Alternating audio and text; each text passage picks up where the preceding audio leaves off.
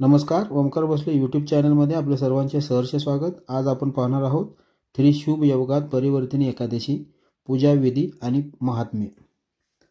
भाद्रपद महिना सुरू आहे। गणेशोत्सव मोठ्या उत्साहात साजरा केला जात आहे। काही दिवसांनी गणेशोत्सवाची सांगता होत आहे। यातच भाद्रपद शुद्ध एकादशीला परिवर्तिनी एकादशी व्रत आचरले जात आहे। मराठी वर्षात प्रत्येक महिन्यातील शुद्ध आणि वद्य पक्षात एकादशी व्रत केले जाते। एकादशी हे व्रत श्री विष्णूंना समर्पित असते, त्यामुळे ह्या दिवशी केलेले श्री हरी विष्णूचे पूजन अत्यंत पुण्यफल लाभदायी मानले जाते।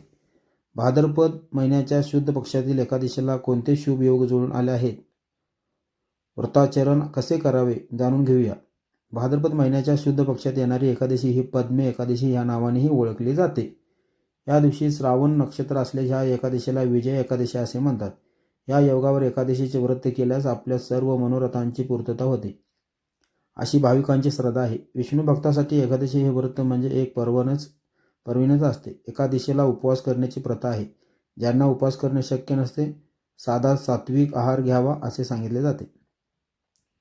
परिवर्तिनी एकादशीचा शुभ मुहूर्त आणि शुभ योग। परिवर्तिनी एकादशी शुभ शुक्रवार 13 सप्टेंबर 2024 रोजी रात्री 10:31 सुरू होत आहे, असून शनिवार रात्री 14 सप्टेंबर 2024 रोजी रात्री 8:42 समाप्त होईल। भारतीय पंचांगानुसार सूर्योदयाची तिथी मानण्याची प्राचीन परंपरा असल्याने परिवर्तिनी एकादशीचे व्रत 14 सप्टेंबर 2000 रोजी आचरावे असे सांगितले जात आहे। या दिवशी रवी योग, सर्वार्थ सिद्धी योग, शोभन योग असे अनेक शुभ योग जुळून येत असल्याचे सांगितले जात आहे। परिवर्तिनी एकादशीचे व्रत पूजन करावयाचा विधी। सकाळची नित्यकर्म आटोपल्यानंतर व्रताचे आचरण करण्याने एकादशी व्रत आणि श्री विष्णूची पूजनाचा संकल्प करावा। श्री विष्णूची चौरंगावर स्थापना करावी, श्री विष्णूचे आवाहन करावे। यानंतर पंचामृत अभिषेक अर्पण करून त्याचाच नैवेद्य दाखवावा। मुख्य अभिषेक करावा। अभिषेक झाल्यानंतर वस्त्र, गंध, अक्षता, तुळशीचे पाने, ऋताकलो द्रव, फुले, फळे श्री विष्णूंना अर्पण करावे। धूप, दीप आणि नैवेद्य दाखवून श्री विष्णूची आरती करावी। यानंतर मनापासून नमस्कार करून सर्वांना प्रसादाचे वाटप करावे। ओम नमो भगवते वासुदेवाय नमः या मंत्राचा जप करावा। शक्य असल्यास विष्णू सहस्त्रनामाचे पठण करावे। विष्णू सहस्त्रनाम म्हणणे शक्य नसेल तर श्रवण करावे। यथाशक्ती दान करावे असे सांगितले जाते। परिवर्तिनी एकादशी व्रत संकल्पाची सांगता करावयाची विधी। एकादशीचे व्रत आचरणाऱ्यांना मनात कोणताही संशय ठेवू नये असे म्हटले जाते। व्रतदिनी केवळ फलाहार घ्यावा। ज्यांना केवळ फलाहार करणे शक्य नाही त्यांनी सात्विक आहार द्यावा।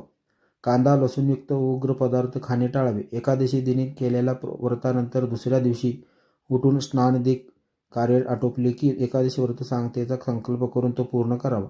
श्री विष्णूची मनोभावी पंचोपचार पूजा करावी। व्रताच्या यशस्वीसाठी श्री विष्णूचे आभार मानावेत। व्रताचरण काळात कोणाबाबतही अपशब्द बोलू नयेत। पूजा करताना कोणाच्याही बाबतीत मनात ईर्ष्या उत्पन्न करू नये। व्रताचरण करताना अनावधानाने झालेल्या चुकांबाबत श्री विष्णूकडे समायाचना करावे। तर हा होता परिवर्तिनी एकादशीबद्दल पूजाविधी आणि महात्म्य। आवडल्यास लाईक करा, सबस्क्राईब करा चॅनलला। असेच नवनवीन व्हिडिओ आपल्याला मिळत जातील। धन्यवाद।